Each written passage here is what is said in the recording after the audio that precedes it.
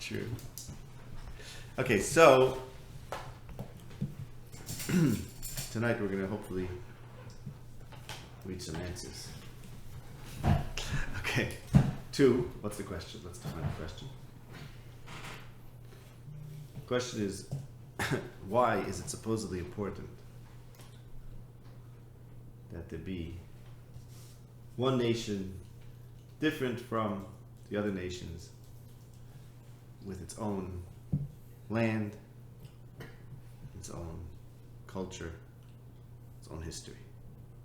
Why is that important at the end of days? And we could talk about it. You could talk about it in 2 ways. You could ask it as a question on the Torah. I mean, the Torah talks about this, of course, Klal Yisrael's role, return to Eretz Yisrael, and so on. And we can learn Torah, and there's obviously full of makaris about Geula and what's happening in Geula. But another way to look at it is simply as like a scientific question. You can look at it as looking at history and say, can we discern a reason to history? Does history have an order? In other words, the same way we find order in various things that exist. So there could also, and I'm saying purely from a scientific point of view, there might also be, one might also expect to find some order in the process, which we call history. Same way there's process. Let's say there's a process of an embryo's development. So there's an order. You look at it at one stage, you might not know what's going on because you need the whole big picture. So fine. So there's order in nature. So is there an order? Is there a reason in history overall? And assuming for that question, I'm assuming that Klal Yisrael is at the center of history. That we're working with the Torah on that in that regard, and that history revolves around Klal Yisrael and revolves around the question of Das Hashem, Klal Yisrael discovering Hashem or bringing Hashem to the world. If that, assuming making those assumptions, that's what history is about.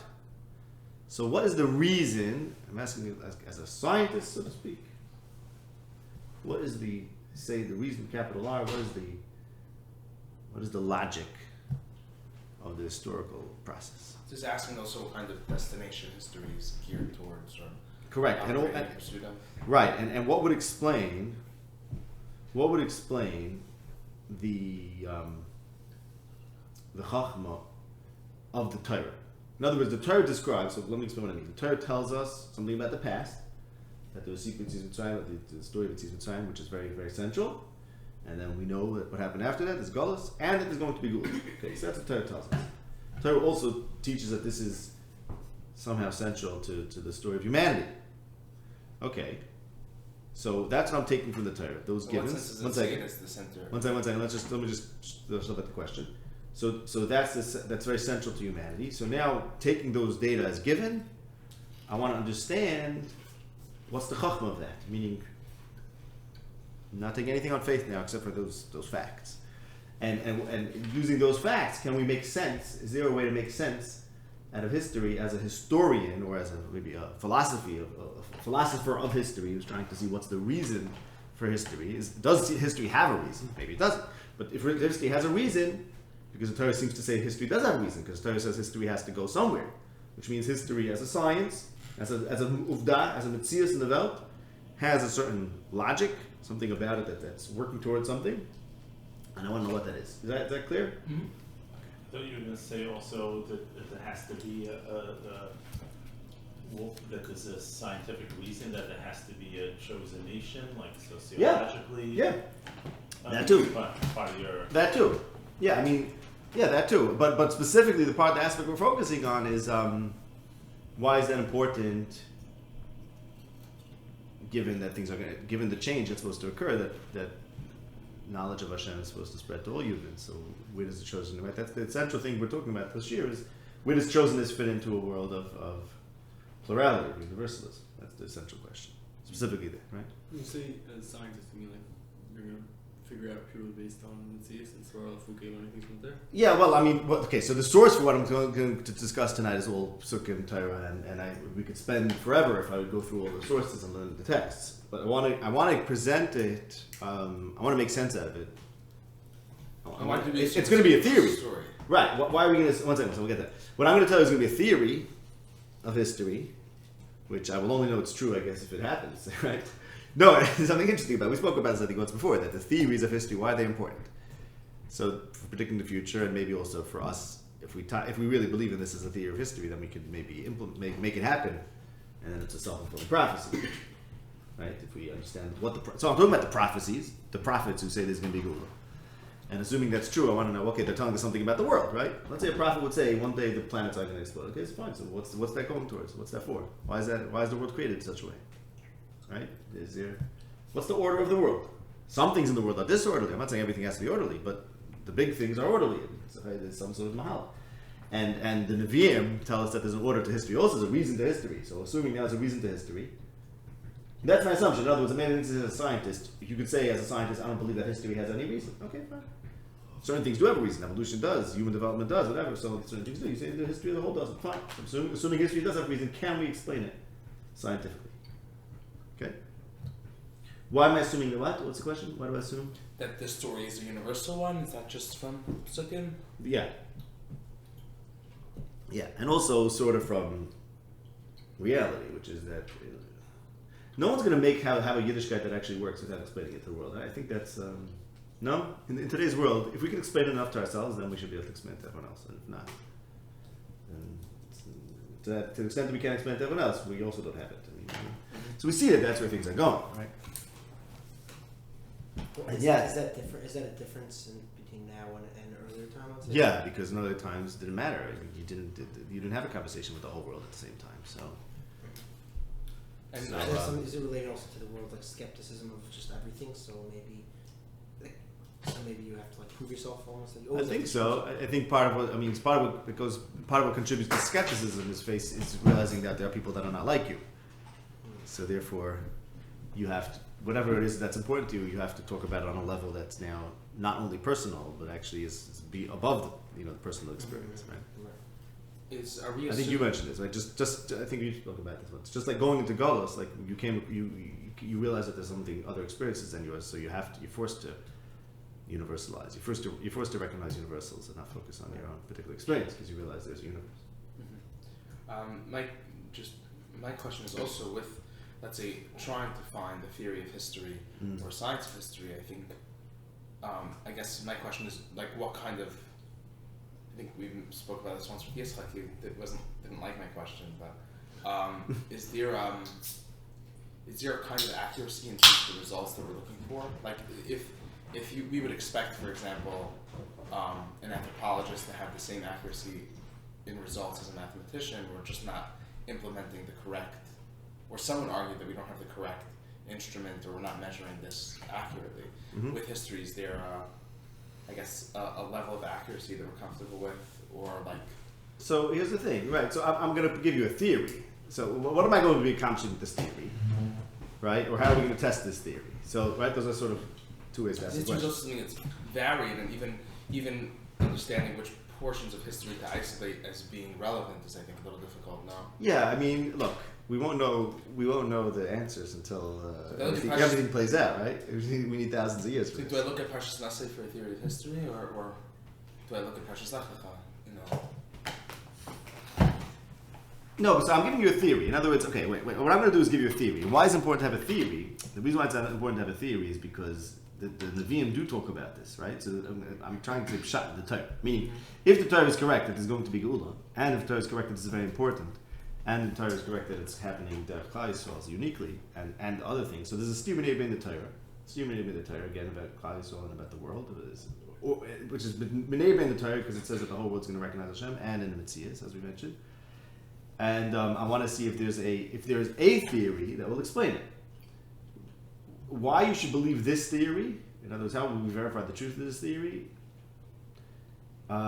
is only one of two ways. Either because it will happen, and you're just going to have advance notice, and that's what you'll have from this year.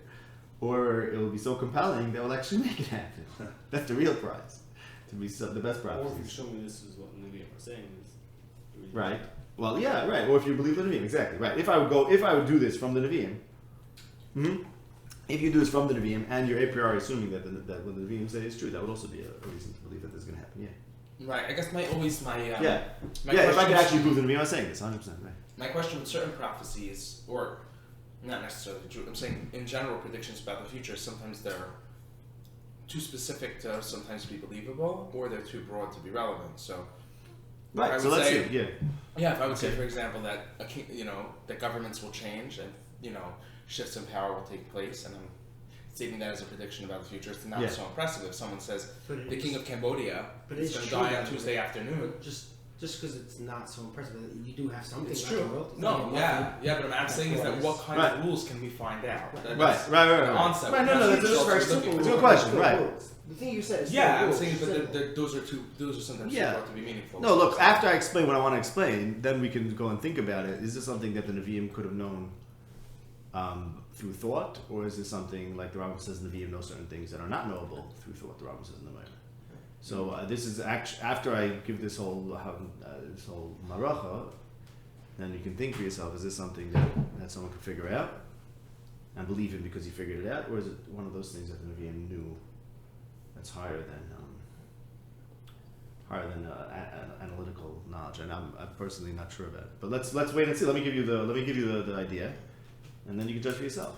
A lot of the best nevuas are self-fulfilling. That's Yeah. why they're good. That's why they're parables, But because that's not they the actually point of make the- people want to do it, and that is Exactly, the gospel. exactly. It's part of the Navi's role is not just to tell you the future; it's to make people, is to make a person they're so on point to the truth, is that Yeah. they'll make you want to do it. Yeah. And that's the point. Yeah, sure. For sure. So that's right. That's another thing, right? Even the Nevi'im, are they generating this reality? Say these all questions, right? Okay, so how's it go? So no, but what's important is that basically the way I was focusing on science, I was just trying to say is that it's not enough to learn the Nevi'im. My point was that it's not enough to learn the Nevi'im and say, well, that's what they say. Because unless you understand how that's scientific, meaning how there's a reason there in terms of history, then it's worthless. It's worthless because it's just okay, you know the future, yay. But you can't, first of all, you can't explain it to the world, again, you can't explain it to the world. If you can't put it into the language of reason, of science, then okay, say that you happen to know that there's going to be a Mashiach. You don't even know what Mashiach is, and then you come to run into all these problems. Right? You have to understand it in order for it to work. And in order Perhaps to if talk you don't about it. understand that you're lacking something, just in general, just nothing to bring in that. Just the reason why you don't understand is because you don't have the correct mindset in anything right Yeah, now. yeah, If exactly. you did, you would just know that, and then Exactly. you should just try to get the right mindset. Exactly, right. Which is the same thing as making it happen. Yeah, Not- right, exactly. It's all related, 100%. Okay, so let's review. So how does it go? So there's the story of Hashem's revelation. This story happens through the story of Klal Yisrael, right? So this is what we spoke about last week, that Yetzias Mitzrayim is Hashem revealing himself, as the Psukim say. And what that means is basically is that Hashem has certain midas. We can call this midas chesed, mishpat, tzedakah, or gadol givra naira. And those midas are revealed, or other ways to classify Hashem's midas. And those midas are revealed through the story of Yetzias Mitzrayim. And what does it mean that those midas are revealed through the story of Yetzias Mitzrayim? It means two things. Number one, it means that story actually encapsulates Hashem's Hanhaga. And you can learn that story. As we spoke last week, that story doesn't just mean leaving Mitzrayim, it means leaving Mitzrayim, going to Etzrol. Maybe it means 1,000 years of Nevuah, when the Shekhinah Shayret. So there's a story that captures Hashem's midas. And just to review, what does it mean to capture Hashem's midas? Really, Hashem's midas are manifest through the whole history of the universe. Here's a sliver of history that, Shmuel is asking, okay, where do we look for, what do we look at? So the idea of Yetzias Mitzrayim is you can look at this, and this tells you, this captures what Hashem's all about. It's like a microcosm in time. Okay? Whatever the word is for a microcosm in time. Probably a different word. Okay. That's one way that the story reveals Hashem. And another way, and this is actually very important, another way is that it's what makes people start looking for Hashem. It's a very important idea, this is parenthetical, is that Yetzias Mitzrayim is what is ma'orah people to look for Hashem. And even if, l'mashal, you have people who look for Hashem, and they discover Hashem, and they discover Hashem, and they come to the conclusion that Hashem can't do nisim, let's say. Right? Their God can't do nisim. Let's say, naniach. But why did they look for that Hashem? Because it was an ace. because their ancestors were nispal from an ace. So even the people that think Hashem can't do nisim and think that their ancestors were mistaken for believing in Hashem that does nisim, but the Ma'aseh said that mistake is what made them find the God that can't do nisim. I'm talking about Spinoza, whatever. Get to Spinoza. What was Ma'aris Spinoza to discover the true God in his mind? Was that once upon a time this God dressed up as some country god for his ancestors. But my point is when I'm talking about what is Yitzhak Mitzrayim so important, it's first of all Yitzhak Mitzrayim is a gilui, but also Yitzhak Mitzrayim as however it was taken, however it was experienced. Forget about getting into the lomtus of Yitzhak Mitzrayim, that it was really a gilui. The Ma'aseh, it impressed the Jews to start looking for Hashem one way or the other. And then you can start looking for him, and you can start looking for him in all sorts of ways. You don't have to look for him through Yitzhak Mitzrayim. But I'm saying that those are my two aspects: Yitzhak Mitzrayim itself and Yitzhak Mitzrayim's Ma'ara people to look for Hashem. And anyone who looks for Hashem, even if he's not looking through Yitzhak Mitzrayim, he's looking through it because he starts thinking about Hashem, right? I think we were talking about that. What do you need history? Why can't you think about Hashem? Okay, and you think about Hashem. But history is what got us thinking. As a people, as a nation, the reason why we're so busy thinking is because of our history. Which means to say, the way it was understood at the time is powerful because it served as an impetus for us to think. Even if our thinking is going to lead to an understanding that maybe even different than the way it was understood at the time. It's like a nes b'teich nes, I call it. that it was, that the Ma'aseh, we thought it was a nes. Sure, it doesn't even matter. It's a very important idea, and we don't have to go into it. I don't necessarily go into it so much right now. But the idea being, the point idea is that Yitzhak Mitzrayim worked. It did work. If all right, we're talking about Hashem. Sure. So anyone who starts having doubts about Yitzhak Mitzrayim, it's also like, okay, but it worked. It accomplished its purpose. And even if you say Yitzhak Mitzrayim is not the model, okay, but it still worked because it got us thinking about Hashem. And in that sense, it is a model because it's a model for how Hashem got us thinking about Him, right? And we are thinking about it today. Very, very important idea because people take themselves out of the picture and start having kashas. And if you realize that whatever you're doing is all part of the picture, you wouldn't have these kashas. Amuna kashas. Okay, that was a parenthetical point. But that's just in terms of what Yitzhak Mitzrayim does. Fine. But Ma'aseh, what does Yitzhak Mitzrayim do? It does something for us. It's our story, and it gets us thinking about Hashem, right? Not any other nation. And that's why, as Yehuda Levi says, a ger cannot be a navi. And everyone blames the son of Yehuda Levi. It's really for Shigam on Kedushin, that's why you know what basic is. Ein hashchina shayra ela al mishpachas michasa sheb Yisrael. Shenemar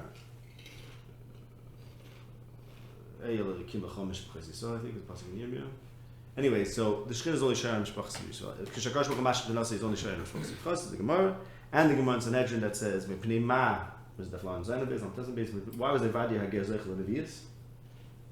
Why was it Vadi Hager Zeichel Lenevius? He was a ger. Says the Gemara a whole text. What's the kasha?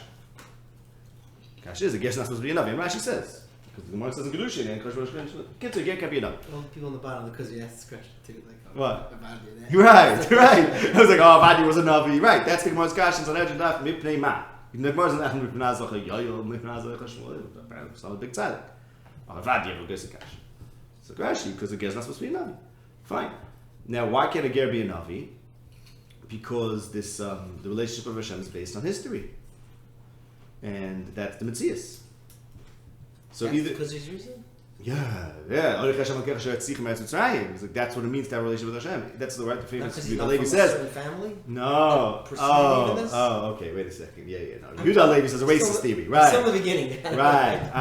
Yehuda Levi has this whole theory of the Davar Alaki connects to Abraham and Zerah. Correct. I am associating this, and you have a good point to see the relationship with you. I'm associating with another idea of Yehuda Levi, which is that our relationship with Hashem is about what He did for us. It's about experience. It doesn't say Anech Hashem Lekecha, who's one, right? The Muslim tells the beginning of the Kuzari. The Muslim tells the king, what do you believe? God is one, He has no guf. All the things the Rambam wants us to say that. And then he calls the Chaver, and the Chaver says, I believe in Hashem, the God of Avraham, Yitzchak, Yaakov, took us out of Mitzrayim, and Karla and Nasayam did all the Nisim, and V'tor Maruch and Golden the whole Torah. What he's saying is that it's not a creed, there's no dogma. It's the whole story, the whole package is Judaism. But the package is a package of history. And the king's like, what are you talking about? I knew I shouldn't speak to the Jew. What are you talking about history? I thought you were going to tell me something that's fundamental about God. And that's the essence of Yehuda Levi Sefer. No. Our relationship with Hashem is Hashem as a player in history, as our manig in history. And famously, Yehuda Levi Nezer brings, how come it doesn't say Anech Hashem Lekeh Hashem V'Rasi Shemayim V'Aretz? Why does it say Anech Hashem Lekeh Hashem V'Rasi? Because our relationship with Hashem, with Anoich Hashem Lekeh, which is in the Rambam, it's called mitzvahs, what's it called? The Rambam's, what's this term over there? I forgot this term, okay. Upon the mitzvah of Emunah in Hashem, in Metzias Hashem, in Yehuda Levi, and the Rambam always doesn't talk about Asher Tzichem Etzosayim. The Rambam's mitzvah, first mitzvah, Nek Hashem Lekecha. Asher Tzichem Etzosayim, the Rambam believes that all the time. It's not clear what that's doing in the pasuk according to the Rambam. The mitzvah is to believe in Hashem, the Hainu, that there's a Mechuyev HaMetzias, the cause of everything. This is your hakir you had. What is the significance of Mitzrayim? Rambam has more just an impetus. It's an impetus. Maybe, That's right. Right, it's Hashkacha as an impetus. Something more. Correct. Right, the Rambam has it as Avraham Avinu discovered Hashem, meaning he discovered the first cause and so on, and he worshipped him, and because you do that, and then the Torah is there to support Avraham Avinu's discovery, because as Rambam says in the beginning of the Zohar, was come out lost in the Mitzrayim, so you needed the Torah to support the beliefs, the true beliefs that Avraham Avinu discovered. It happens to be, if you discover those true beliefs, you get Hashkacha, and the Hashkacha is manifest in the Mitzrayim, and the Hashkacha aids us in further working with those beliefs, like the Rambam says, looks true that the B'chukes was a mahalach to support what Anach Hashem Lekecha. Right. So I guess you probably learned Asher Tzichem Etzosayim is that you have. I'll give you what it takes to always do Anach Hashem Lekecha. Interesting, right? The Asher Tzichem Etzosayim is subordinate, or it's an Ezer, it supports Anach Hashem Lekecha. That's what Rambam read. It's interesting. But Yehuda Levi says no. Our relationship to Hashem is Asher Tzichem Etzosayim. That's what it means to have a God. It means that we have this kind of relationship with Him.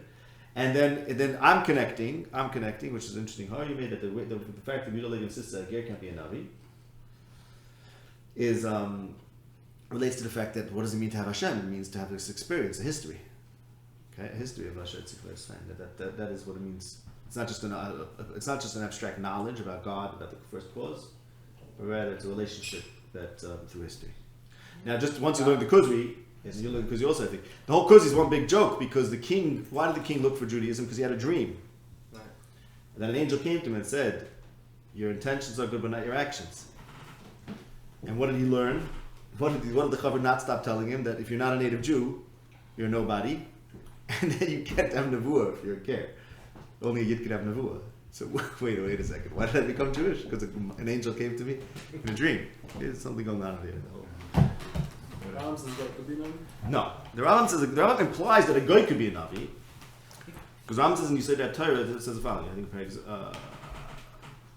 what do you pick? When he talks about Davim Mefurish Torah, that Torah is forever. Torah doesn't change. Lefikach, im Yamid Ish or Isha, whether a Jew or a non-Jew, and says that Hashem told the Navi change, the Torah changed, we know he's a Navi Sheker. Implying that if a non-Jew gets up and is a Navi and doesn't say the Torah changed, he's not a Navi Sheker. Outside of the Torah change, I know what then could be a Navi. Okay, you're saying that even if maybe the Torah says there can't be a Navi, but that wouldn't be a Taina, we wouldn't know he's a Navi Sheker because maybe the Torah changed. That's a good point. Good point. Okay, let's think about that. Yeah. Wouldn't the Rambam take any statement of like a guy can't be a Navi? He would say it's true in the same way like the statement of Kuzari is also true. There are certain statements that are general and based on certain assumptions that you make. One of them being is that the reason why Hashem did give us this special like impetus, whatever he would call it, Metzias Mitzrayim, is because people are not Avraham Avinus. Right. So like, you're right. Theoretically, be another Avraham Avinu. There probably isn't going to be another one. Okay. And if he is, maybe he'll join us, whatever. So like, I'm saying, so he would also technically could agree on the statement. It's just a matter, and it really is based on experience. That you really need experience to just get to the point of truth. Experience is not what gives it to you.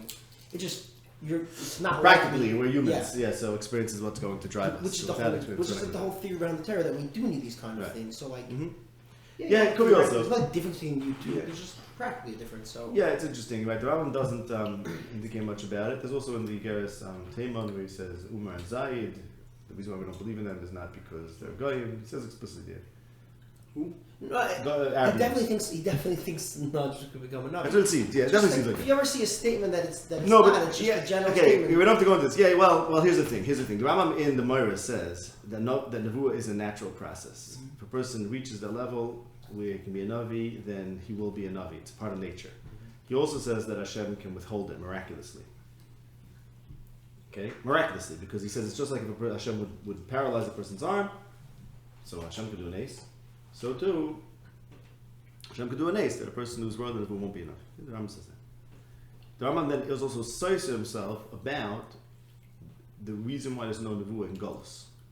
Is it Hashem withholding nevuah, derech nace, even people who naturally are at that level don't have it because of a nace, or is it because we don't have the right kind of simcha, we have atzos and atzvos, and therefore we can't have a good, robust imagination, which is necessary for nevuah. So steering chelik beis perek lamed vav to chelik beis perek lamed beis. Well, why does this do? No, whether the reason why there's no nevuah is because in order to be a navi, you have to have a good, strong imagination, and you have to be happy. And Ram says chelik beis perek lamed vav. There's no greater atzos and atzvos than being in shubid under kings, which is why ein ben adam zeh shibud machis. Shibud machis is so important because Ram says if you have shibud machis, you know what the problem is. You have atzos and atzvos. Atzos and atzvos, you can't have a gesunde, robust dame imagination. You don't have a robust imagination, you can't be a navi, and that's the problem. And that's why Nebuah is going to come back to Moshe Mashiach. Ram says explicitly. That's why Nebuah is going to come back to Moshe Mashiach. But the Rambam chelik beis perek lamed beis is mashma that Hashem is withholding Nebuah in Galus. And that's all based on a pasuk. Malka v'sareh b'goyim ein Torah gam nevi'eh lo matzu chazar mi'Hashem. So being among the nations is what makes that there's no nevuah. Which if it's a nace, then the goyim who were amongst them, and therefore we don't have nevuah, they also wouldn't have nevuah due to the same nace. And therefore, even though the Rambam says yes, a goy could be a navi, that might mean naturally could be a navi. But the same nace that's meneah from nevuah from Galus would be menuya from goyim too, because it's the from the pasuk Malka v'sareh b'goyim ein Torah gam nevi'eh lo matzu chazar mi'Hashem, because they're goyim, because they're goyim. So that's why there's two different tracks going on. The Rambam in the Torah that implies that theoretically a guy could be a navi, but he might also believe that the Gemara Barbas is Moshe ben Adam, that a guy shouldn't be a navi, and no guy will ever be a navi. But if a guy gets up and does the isis of nevuah, so maybe Moshe Rabbeinu's tefillah was rejected, or maybe Hashem is allowing to be a navi. Okay, we'll go for kasha, whatever, what's going on. But you shouldn't be too quick to say that the Rambam doesn't hold it as a rule, because even if it's a rule, it's only this like superimposed rule on and even miraculous. So okay. Lamaisa like this. So that's the Kuzari. The Kuzari is firmly rooted in the past, and Yetzias Mitzrayim. His whole Judaism is about our experience of Hashem, and therefore those who don't experience Hashem cannot be Nevi'im. Good horror. Is it about that, or is it about a certain family? Go strong masker. Mitzad Sheni, we have the Torah talking about in the future. Everyone's going to recognize Hashem, and this I proved in my sefer that the Kuzri's rule that a guy can't be a navi, a ger can't be a navi, even a ger can't be a navi. It doesn't hold lost love, because the pasuk says that Yeshaya says that the ger nachi shouldn't say Havdil Avdilani Hashem me'alamai. Shouldn't say I'm any different. Shouldn't say Hashem's going to separate me from His people. Amoy. Now, so that means the guy is saying I'm Hashem.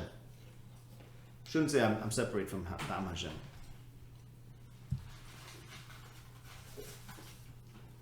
Well, if you can't be a navi, then that's a big separation. And Gerim are not called Kal Hashem. What is its inclusion? Kal Gerim like we call. What does it mean they're not called Kal Hashem? Because they didn't experience it here. The Kal Hashem means the Kal that had the experience of Hashem in their Kehillah life. That their Kehillah identity was molded by Hashem. So Gerim are not called Kal Hashem. And here it says, Al Yoimar, Havdil Avdilani Hashem Yalam.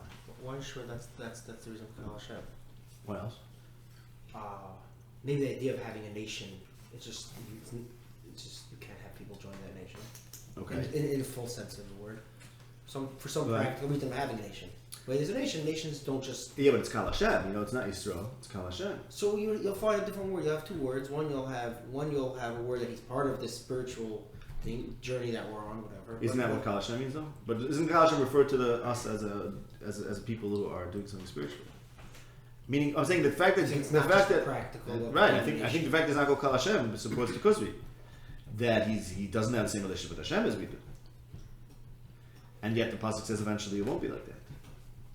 Okay, which means, and we have to figure out why. This is exactly what we're trying to work on. Is that eventually something's going to change. Let's say Asida again, going back to Asida, splash kulai. So everyone's going to be in Eretz Yisrael. and there's not going to be a difference between a yid and a goy or ger, whatever you call it, whatever you want. There's not going to be a difference.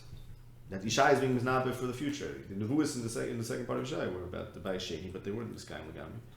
Some of them were waiting to be the sky. It's ideal. Ishai in the second Perek Memanon is the ideal, the Nevuas of the Chum. It's the ideal Gula.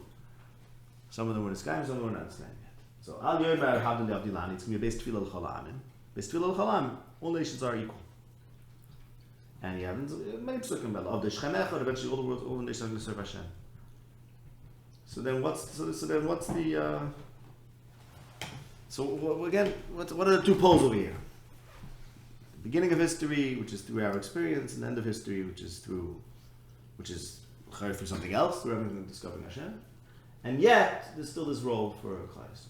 Now Agav, just a ha'ara. The Rambam Seif Malachim, very interesting. If you look at the Rambam Seif Malachim, what does Mashiach do? To prove he's Mashiach. When does he become Mashiach Levadeh? If he's Kaifer Kol Yisrael Leleches in the Torah, and he's Mekabetz Nidchei Yisrael, and he's burning the Mikdash. Rambam doesn't say anything about Mashiach teaching the world. Rambam doesn't say that. But then he says that Christianity and Islam is preparing the way, setting the path before Mashiach. And he also says in the end of Hilchos Malachim that the whole world is going to be full of Das Hashem. But this is a parenthetical ha'ara, that he doesn't comment on Mashiach as actively teaching. He says that the Goyim are going to know when they see the Gedula of Yisrael, they're going to know that the Nevi'im Hitum and Sheker Nachal Avoisam. They're going to recognize it. But it doesn't say because the Mashiach is going to teach them. Don't the Nevi'im talk this way? That they'll come to Mashiach. They'll come to him. It's not that. Yeah, right. Make them Yeah. do anything. Yeah. I think this is the idea here being. This sounds like right. They're doing like they'll discover. And you always say that's the issue. They'll come to us. I'm guessing the idea is that just if I'm understanding where we're going here, that the circumstances of history are such that it can be taught. Right? Meaning that's Rambam's. What do you mean? Meaning that the reason why Mashiach is not teaching people is because, at least from the way that we're understanding history here, is that a certain setting, historical setting, or a certain experience needs to be had in order for something to be understood or taught. And that's still through Klai, so. Saying, I just want to know if that's what was implied by that. Oh, that's why he can't teach them? Yeah, teach. I wasn't thinking about it. No, Okay, I didn't think about an answer. I just learned that sorry today, so I didn't even tie it back until we were going. Oh, That is interesting. I thought there was an implied. That's part. interesting. Yeah, I guess there probably is. I have to think about that. I mean, you would think there's a lot to teach even without that. I mean, you could teach right? First I five don't know if Vikram. Rambam needs such. First five Vikram you could teach. At least the Christians don't know that. Right. At least the Christians would still need to learn that. The Muslims don't need it occasionally. Right, okay, good. Okay, so let's get to the answer. Finally, we're getting to an answer here. Now, let's understand what's going on. There's something back in the beginning of history that's called Nevuah, it's called Das Hashem, and the essence of what the Nevi'im do, the Medrash says, Gadol koichot shel Nevi'im shemedamim tzura liyotzer. The essence of what Nevi'im do is that medam Hashem to people, or it's other medam tzura. We are a form that Hashem created, and medam the form, the human form, to its creator. Which means they anthropomorphize Hashem. What's the Nevi'im do? The Nevi'im talk about Hashem as if he's a human being with a personality. Akiva continues this idea, no? Yeah, you think so? About the Echad Loi v'Echad David? No, Chav Adam Shneir B'Tzelem. Okay, it's also the Who's Chayzer? Chil. Right, that's it. Right. Yeah. Echad Loi v'Echad David, two fronts. Tayechad Pap, Tayechad. Who said that? Akiva said it? Kira. Go learn the Gon Balas. Right? Klach it's on the Gon Balas? Yeah. Yeah. I don't know. So anthropomorphizing Hashem. Now let me explain to what that means. Talk about Hashem as a personality, right? So Hashem is a person, as if. Now, Ladaiti, and this is something to think about, and I actually reached out to a physicist about this, but he didn't answer me. The question is like this. I think this is a scientific pshat in the whole world. Okay, that's like on my same point I want to say before. Let's try to understand this as a reality, as a chachma, as a mitzvah, as a science. Forget about the Torah for a second. This idea that Hashem is a person. and everything that's happening, everything that happens in the world, is best understood from the perspective of personality. Okay? In other words, when the Nevi'im talk about Hashem as a person, no, Hashem's not a guf, Hashem doesn't have emotions, fine, all good. But, if you want to understand what's happening in the world, if you want to understand the universe, understand it as in terms of human midas. Right? That's what it means. You want to understand why is there so many different things? Chesed. Understand why such and such happens? Mishpat. This, tzedakah. So what they're saying is that you could plug in a personality to the world. Okay? And anthropomorphizing, by the way, it's such an interesting thing, because if on those ChatGPT, I don't know if you bought from this time or not, but you guys probably know it. So you're interacting with this machine, right? And you have a tendency, so if you confirm this, you start talking to it like it's a person. Right?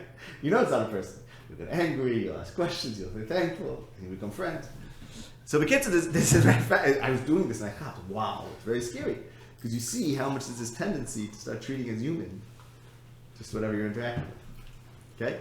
But what the Nevi'im are saying is that and when it comes to ChatGPT, but it's a good model, because the model of a ChatGPT as a human is basically is what it is. It's not a human, but it's acting like a human, for all intents and purposes. So when the Nevi'im are saying, look, you want to understand what's going on in the world, so think of it as a human being. Now, what I mean to say it's scientifically sound, I mean to say like this. In science, Pashut science, in physics looks to do lots of things. They look to explain electrons, whatever, and nucleus, quarks, and so on and so forth.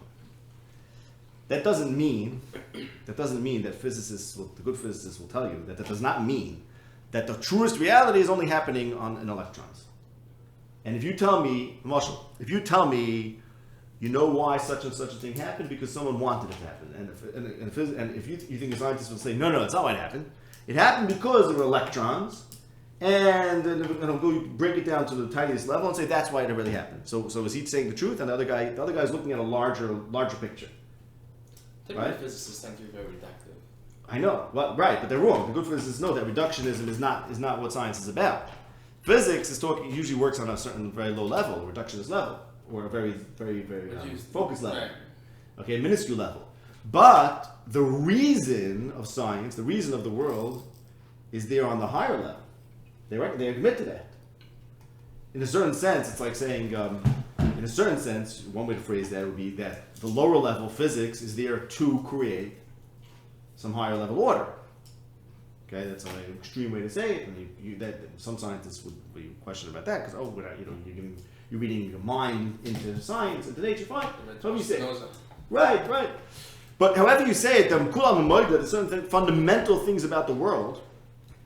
The most fundamental things doesn't mean the most fundamental things have to be these tiny little things. That's not true. There are fundamental characteristics of the world that explain what's happening, and that other things are in service too. Okay? So now, there's some physicists that hold it, no, that's it. Right, but that's because they're not London.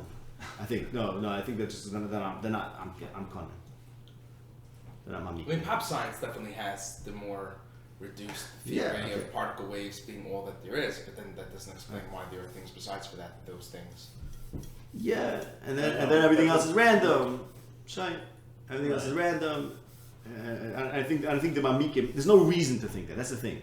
There's no reason why the small level things are somehow more musber than large level things. And that's the part. That's the mistake. To think like, okay, Mamela that there's atoms, electrons, fine. If we can explain that, that's okay, and then everything else happens. Why the atoms, electrons? It's not like it's a better husband than anything else. Now, to say there's a larger picture. There's nothing unscientific with saying that everything that's happening is because. Hold that. Even are you a scientist? No, but I listen. Oh, okay. Sounds like can you quote me? No, Lamarsh, there's nothing like unscientific to say that everything that's happening in the world is writing a book or writing a symphony, and we're going to understand it in a million years. Except that you can't prove it, and that's what makes it very unscientific. But there's nothing inherently shver with that saying there's a bigger picture thing that's happening over here. Okay, nothing inherently shver, even without believing that we were created by aliens in a lab or something. You don't have to believe it. It's just the etzem structure of the world. If someone tells you the etzem structure of the world is the most beautiful symphony. And that's what everything's working towards. Okay, we can say. Yeah, but this is very end causal, right? Meaning the scientist opts for the material cause, and like, you know, what we were talking about, like, yeah, natural scientists like to use material causes to explain everything without it being geared towards an end, right? It's just material and efficient causes and not formal and final causes. I don't know about that. I'm only speaking at the pop science level. Yeah, I'm no, not I don't saying think that's really true. the ivory tower physicists don't go for this. You're right. I think they accept that there's Materialism is outdated. Right, fine, exactly, that's what I'm saying. So now, let's say, right, materialism is outdated. I mean, the idea that we can explain everything in reductionist Never should have equals been matter. inundated about Never should have been inundated. Right. Whatever, it's a detour. Okay, so now like this. So now, what if I tell you, and that's what I said before, I said this is my scientific theory of the world, and this is what the Nevi'im mean. What if I tell you the ultimate theory of the world is a personality? That's the ultimate pshat in everything that's happening. Is that everything is happening is manifesting a certain personality, which we call Hashem, because he does everything. What personality exactly? I'm trying to understand. It means that everything that happens in the world is what a person would do. It's very strange What is though. it how is it? Let's say I'll say like this. Let's say everything in the world is coming together to write a beautiful symphony. That you understand? Okay. What about everything in the world is coming together to act like a tzaddik would act?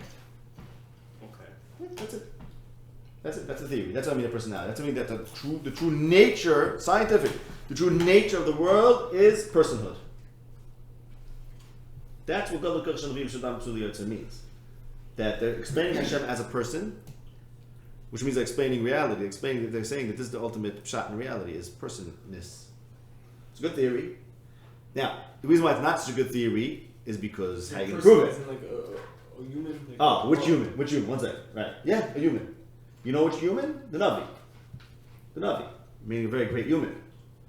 There are certain humans of certain purity of soul, whatever it takes to get there, who actually their personality mirrors the world personality. Good theory? Makes sense. Yeah, I think it's an interesting point because I think most of the theories of even like in the Torah, the kind of the two sides that seem to show, and even throughout history, the two sides that seem to show is that we at least I think draw a dichotomy between is the God that's very here and the God that's all the way there, and nothing in between we find very suitable. Very good, very good. So that's what we're talking about. Now you see, now this is what we're talking about. We're talking It about the doesn't God say that's Tabnis here. called Adam. It says Tabnis called Behema and Tabnis called it, right? What? It's saying even the Torah doesn't deny God having human form. Well, yeah. It doesn't I affirm told it my necessarily. kasha. How you let have children? They were the sassel chapesel. Right. So this kasha wasn't the sheep. No, it's a great question. It's a good question, right? Yeah. Now I'll make it to his Adam. Can you make it suicidal? I'm saying we know you can't. Stasha. Yeah. No. I'm saying is, but the Torah doesn't speak out negative. No, the suicide. Sasan Iti, one of the Panim of the Makova. I know, Sasan but- Oisi. Sasan Oisi. What's the kasha? How can we let have babies of the sassel chapesel? Well, isn't it because like he's doing it, not us? You could say that about turning wood into a statue also. Well, I don't know. I'm not sure. Right? No. Maybe this is like grown with the grow. Whatever. Maybe it's technically not. No, it's a Chassidim Morishayim who didn't have doing Baal on certain days of the week because they didn't want the baby to be born on Shabbos. So it means it's Chassidus. But even then, it wasn't that because it wasn't because they were being Mechal Shabbos because they wanted the baby to be Mechal. They wouldn't want to. Why? They don't want to be Mechal Shabbos to the baby. Okay, no kids grow up. But what kind of Navi would So that's also when the baby's born. Maybe it's a pestle already when it's in the womb. It already might be a pestle. Right, okay, whatever. Which Navi reflects the personality of the world? Oh, every Navi. One who uses Kayach and one who doesn't. Oh, okay, you asked Moshe and everyone else. Yeah. No, it's a good question. It's not Moshe. Yeah. It's not Moshe, right? It's not Moshe. Right? Which is not about this world. Yeah, That's right, also right. Chiddush on whatever he does say about this world. Yeah. We're talking about it. You have to figure out who Moshe is. Rambam won't tell us that. But Moshe is like this. So which Navi? So I mean, we're not talking about Moshe. We're talking about Nevuah in general. And there's a passage that says, "Li'as Hashem l'kim davar kim gol ha'soidei l'avadot naviyim." Passage in Amos, which means that a Navi intuits everything Hashem does. How does a Navi intuit everything? This is my theory. Again, I told you, we can't give them a curse for everything. My theory is, what I'm telling you is like this: that a Navi, the Hainu, a person of a certain kind of pure character, he is the personality of the world. In other words, if the world has a personality, as in if Hashem has a personality, which there's no again, then in order to know what Hashem is doing, all you have to do is become that personality, right? Okay, so how do you do that? And then you can know Personality everything. is a group of midas, basically. Yeah. Tzaddik, right? A tzaddik would do, a certain tzaddik would do this, a certain tzaddik would do that, right? So if you're the person who whatever, so whatever you would do is what Hashem would do. Okay? And that's the Nevi'im's pshat in the world, and it's a perfect pshat, it explains everything in the world. How Okay. does that make the Navi know every single thing which will happen? Well, because he's tuned into it, he's tuned into the nature of Well, but if what's happening. if it's this individual which he doesn't never met, so how does he know that? He has to fit him in. He has to fit it into the bigger picture. That's supernatural or not? No, it's not supernatural. And is there, and the Rambam says that there is a part that is supernatural. What- Well, okay. First of all, what I'm saying now is different than the Rambam. Different than the Rambam. It's different than the Rambam. I'm not presenting you Teres Rambam now. I'm telling you a theory of Nevuah, which is a theory about the world, which is, I think, the like Rambam. Last time I mentioned this, you held. You said it's not the like Rambam. Okay, well, let's talk afterwards about the Rambam. Okay. But just a quick, someone But told you me hear what this. I'm saying? It's not the Rambam's element of supernatural. It's also that Hashem could be meneah in a supernatural way. So it's not even a contradiction. The Rambam says that Hashem could withhold it. That's the only thing he means when it says. That's what he says. He says it's a nace. He says like a nace of Hashem making someone's hand No, but become that's powerless. what it was like you said before that.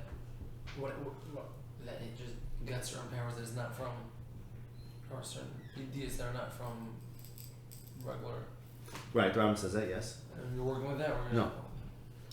I mean, it's complicated. Even that maybe the Rambam is related to because if the Navi knows what's going to happen, because he would do it. Let's say. Is that called knowledge that you could prove? That's what's very interesting about this kind of knowledge. Is this knowledge scientific? You see? Is this kind of knowledge, my theory of Nebuah, is it scientific or not? So, Yes and no. I'll tell you why. Yes, because it has a pattern. No, because the pattern is very unique. If Malachi says this is going to happen because Malachi would do it. It's not replicable. You have to be Malachi to get it. So that's what I'm saying. It's scientific as in it makes sense. Science can have no problem with this. Science got no problem with this. You know what the world is? In the deepest sense, Malachi, Hosea, Yeshaya. It's fine. Perfect. Makes perfect sense. And what the proof to it is that all these people are with each other, whatever, we can figure out the it's proof almost to like you it. have to be there. It's like Yeah, but it's, you have to be there, right? You have to be Hosea. Right. It's got. Someone told me, I have no source for this. Someone told me this they saw somewhere. I have no source. Maybe you know what the source is. That all Nevi'im have every Navi gets older than the voice. Oh, so the Kuzi's busy with this, later the Kuzi. Yeah, the fact that they confirm each other. And, not Gemara Sanhedrin? Yeah, Gemara Sanhedrin. Well, first Gemara Sanhedrin. Well, Right. Yeah, how does no? Because Gemara Sanhedrin asks, how does a Navi get a Hasra from Kodesh Nebuase? Kodesh Nebuase, right? That is because that passage, no, Kilas Hashem Kim Golased Alavadav Hanaviim, plural, right? That the Nevi'im, right? So that's the idea. The contrast of that is the Ein Navi's Significant, right. That's the contrast. There Is you the differences. Right. But that's the idea. The idea is that they're tapped into something. I don't know, how into that goes, I was asking, just if a person will know all the midas, how he would act, that means he would now know all information, let's say... It's a good question. Okay, does that, you ask, what are you asking specifically? Like, how does he know where the donkeys are? Yeah.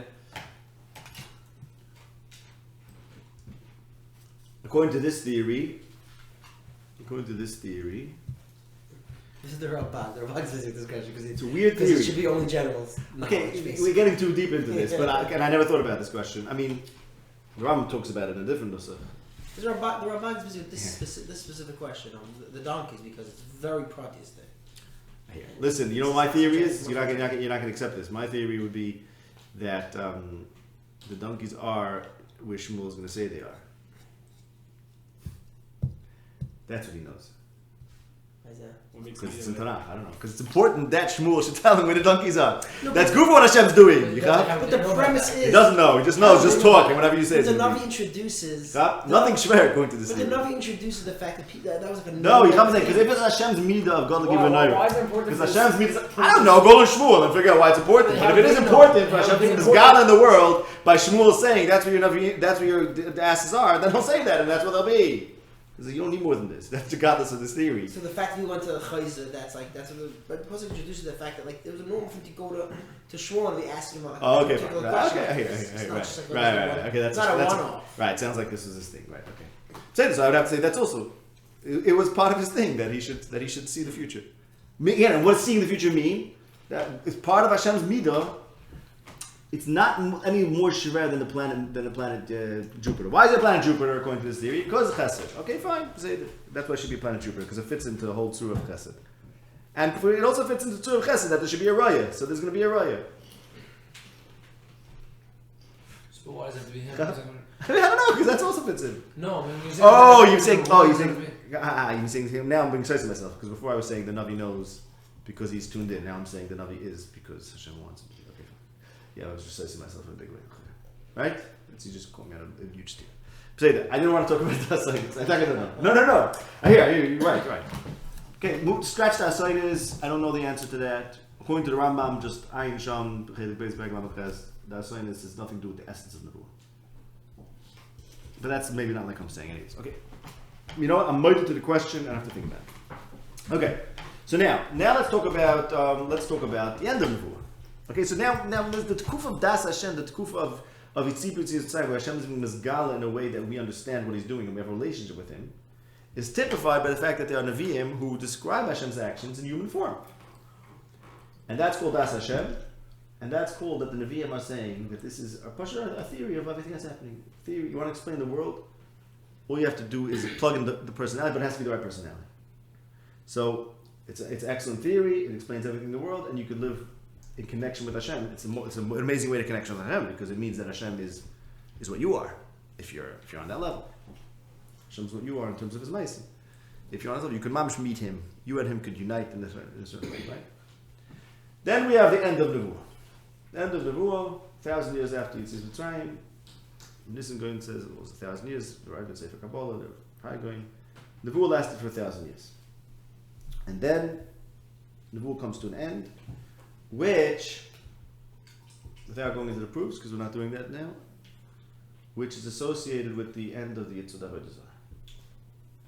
The Gemara says that in Tzmuk Chazal, that the Bittul Yitzhak Avodah Zarah, the end of people tending towards Avodah Zarah, is associated with the end of Nebuah. So let's explain that. What happened? What happened that Nebuah ended, and how does that mean that there's no longer Yitzhak Avodah Zarah? So now, what happened at that time is, as many know, what happened at that point in time, 1,000 years after Yetzias Mitzrayim, is the first year of Malchus Yavon. First year of Malchus Yavon is 1,000 years after Yetzias Mitzrayim, and as it says in Seder Elam Rabbah, Ad kan hoy nevi misnad ruach hakodesh mikam ve'ilchat oz l'choshmat devichachom. So when the Greeks come on the scene, that's when the Nebuah ends. Okay? Now, what do the Greeks discover? So, this is something I might have to ma'ayin in, maybe you know about this, Shmuley. That Aristotle says that Socrates discovered the universal. He says that. I think Yitzi told me he doesn't believe it. That before Socrates, before that, the mustic of the universal means something which is a law across the universe. The Pashut didn't know such a thing. They didn't know such a thing existed. They didn't know. Can you imagine a humanity that doesn't have the mustig of a universal law? Science. We call science. Isn't that's okay? What? I get this. That's what Zara does, right? Oh, what? Does what? It particularizes. Right. Found the power. Right. They invented some sort of steam engine. They use it, and it's like I think they did. The Greeks had some sort of steam engine. No what? Someone in those times. Yeah. And it just ends up being like this very particular, like it does a shtick for like it's like most, you know, like let's put over here on this wagon and make it go. You don't connect it to anything more than you don't plug it into the whole universe, right? So like this. So let's we have to have a whole question of what came first, but let's think about it like this. Let's say Nebuah ended means. I'll tell you what I think it means. It means that people whose personality matched the personality of Hashem, there were no such people anymore. It's a simple chat, right? It's only certain people who could be in tune with Hashem's personhood, its personality. Okay. So now what happens? Right? Now we're looking to understand the world. Everyone's looking to understand the world. Used to be you understood the world if you're a Navi or if you're a student of a Navi. Now they have no pshat in the world because even the tzaddikim with good personalities cannot explain everything that's happening because it doesn't match anyone's personality. So now how do you explain the world? So now you explain the world with universals, with impersonal rules. Well, universal is an impersonal rule. Why there not I'm going that game Why first, can't the tzaddikim? Why isn't there only this personality? Just because there just isn't. Just because there isn't. Okay. Let's say there isn't. Okay. You can go the other way. You can figure out which came first. You can argue about which came first. Yeah. Okay, fine. Yeah, I usually went the other way, but now I'm just arguing for argument's sake. I don't think it matters for the point of view. The point is these two things go together. Why? Because these two things go together. What the cause and effect were and what the Ashkenaz's role was, you can debate. And it's not important. These two things go together. Two things as in explaining the world up to universals and the end of Nevuah. And the third thing, but all these go together. Why?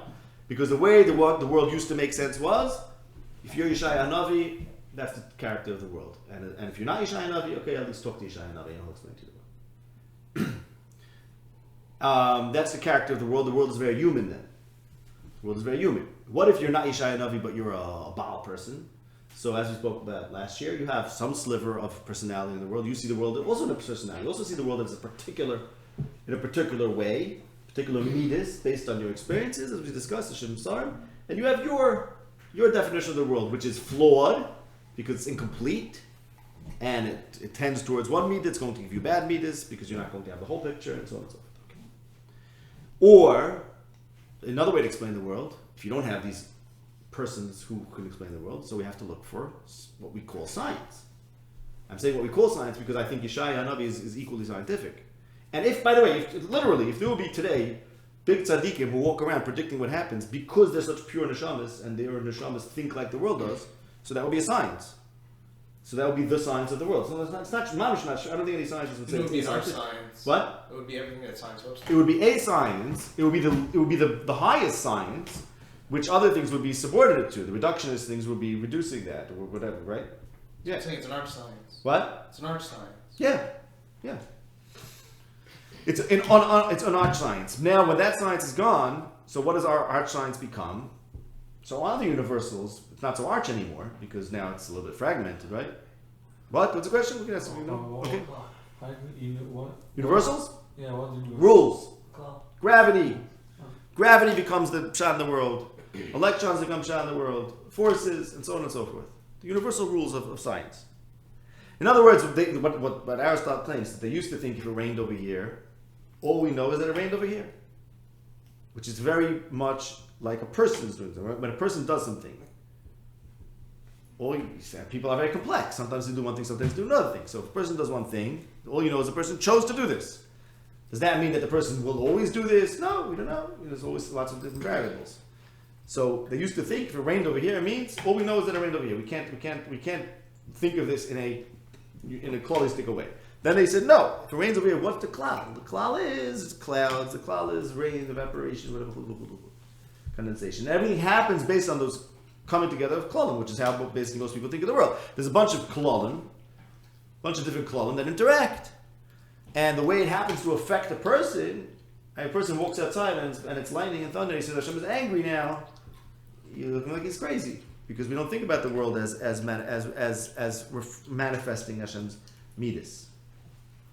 And I'm saying is that we can't think about that, right? Meaning it takes a Navi to do that. It takes a Navi to explain it.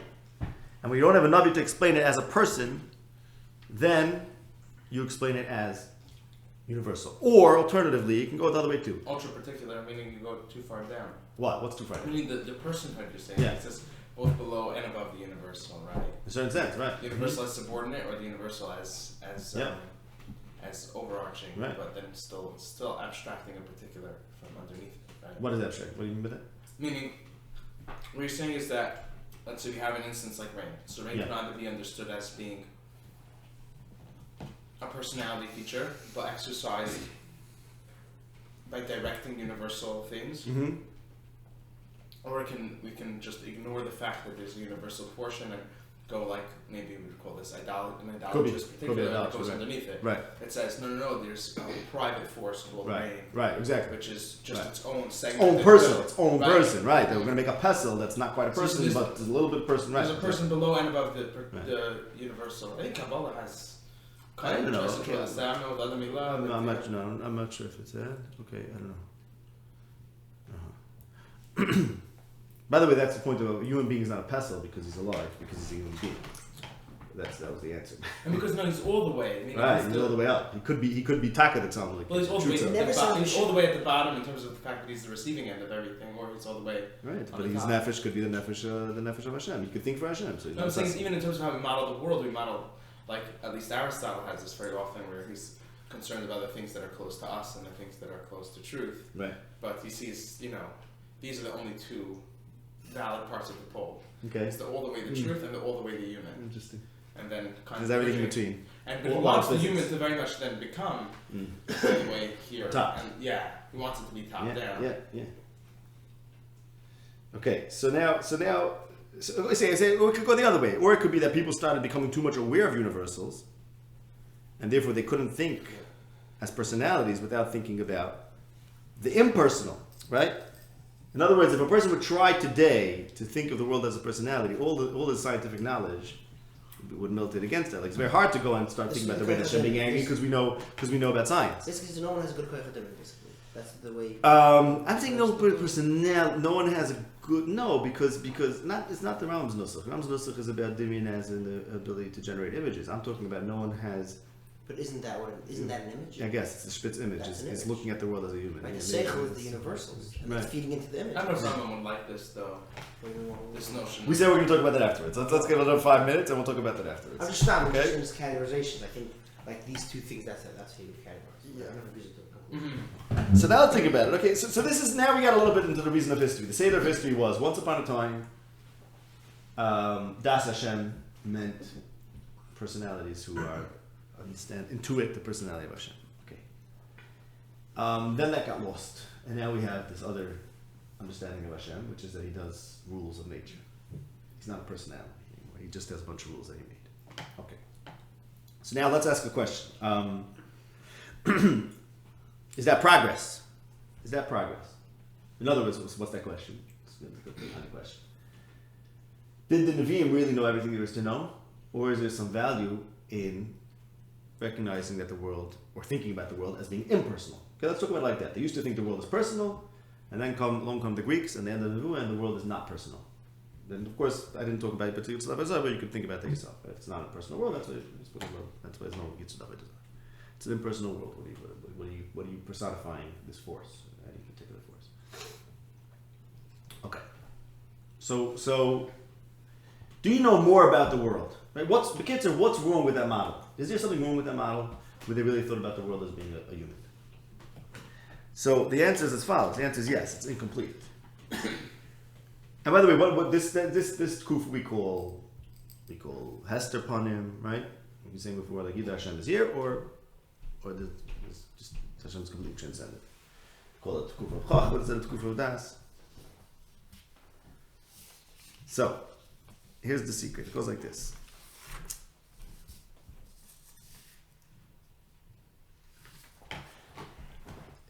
Did the Nevi'im lack anything, right?